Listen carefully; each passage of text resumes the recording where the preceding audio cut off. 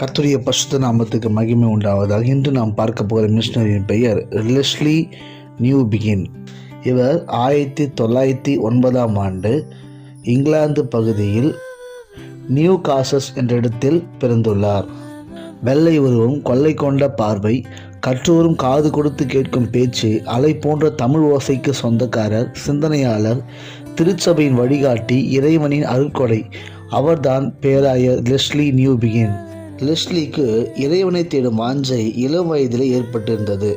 இறையியல் படிப்பை தொடர்ந்தார். கிறிஸ்துவ இயக்கத்தில் இணைந்து கிறிஸ்துவின் நற்செய்தியை உலகமெங்கும் கூறும் ஆர்வம் இவரை உந்தி தள்ளியது.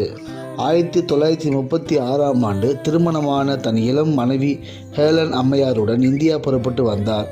இறையருளால் உந்தப்பட்ட இவர் தமிழை சரளமாக பேசும் கலையில் தேர்ந்தார். 1947 மதுரையில் பேராயராக பொறுப்பேற்றார். பின்னர் 1965 சென்னையிலும் பேராயராக பொறுப்பேற்றார். இவர் பதவி என்ற சிங்காசனத்தில் அமர்ந்து வேடிக்கை பார்த்தவர் அல்ல, மாறாக பிற வாழ்வோடு இணைந்து அவர்கள் வாழ்வை சிறப்பித்தவர். வறட்சியால் பாதிக்கப்பட்ட மக்களை தேடிச் சென்று அவர்களோடு தங்கி அவர்கள் குறைகளை கலைந்தவர். கிறிஸ்துவின் சொல்லை அனுதினமும் செயலில் காட்டியவர். தாழ்த்தப்பட்ட மக்களின் பாதுகாவலனாய் விளங்கி சாதி ஏற்றத்தாழ்வுகளை ஒழிக்க பாடுபட்டவர். நீதிக்கு குரல் கொடுத்தவர்.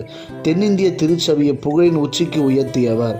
இவர் ஒரு சிறந்த எழுத்தாளர். இவரது அருளுரைகள் இன்றும் எண்ணற்றவரால் பயன்படுத்தப்படுகின்றன.